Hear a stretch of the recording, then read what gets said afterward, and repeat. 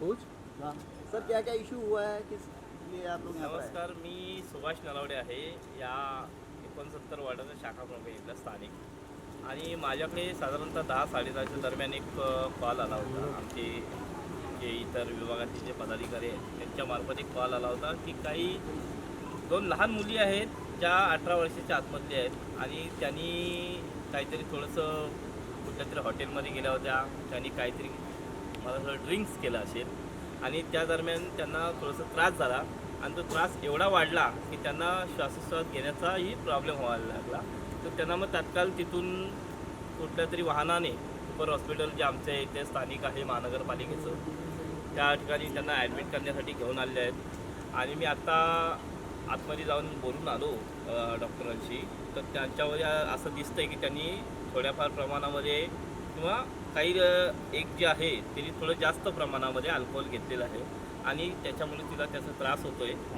आणि आता आम्ही डॉक्टरांशी बोलून की बाबा जे पण असेल की असं एवढ्या लहान वयातल्या मुलींना कोणी असं ॲडमिशन दिलं की एखाद्या हॉटेलमध्ये ड्रिंक्स करण्यासाठी, तर संबंधित जे पण हॉटेल असेल त्याच्यावर तात्काळ कायदेशीर कारवाई करून, आणि आम्ही असं म्हणत नाही की त्या मुली काय आम्हाला कोणाला कॉल आला म्हणून आम्ही त्यांची बाजू घेतो आहे, त्यांच्यावर देखील कारवाई व्हावी की आणि त्यांच्या पालकांवर देखील झाली पाहिजे की बाबा अशा लहान मुलांना तुम्ही कसं काय हॉटेलमध्ये सोडलं.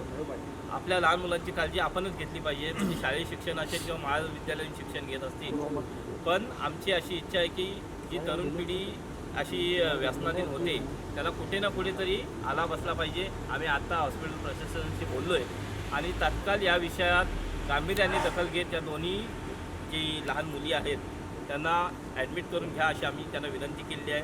आणि मला आता त्यांनी सांगितलं आहे की एक मुलीला ॲडमिट देखील केलेलं आहे, दुसरी मुलगी थोडीशी व्यवस्थित आहे, पण तिला देखील ते ॲडमिट करण्याच्या प्रोसेसमध्ये त्यांचं हे चालू आहे.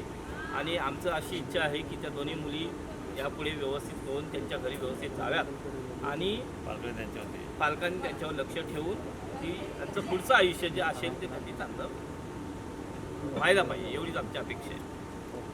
धन्यवाद. हिंदी में करना है?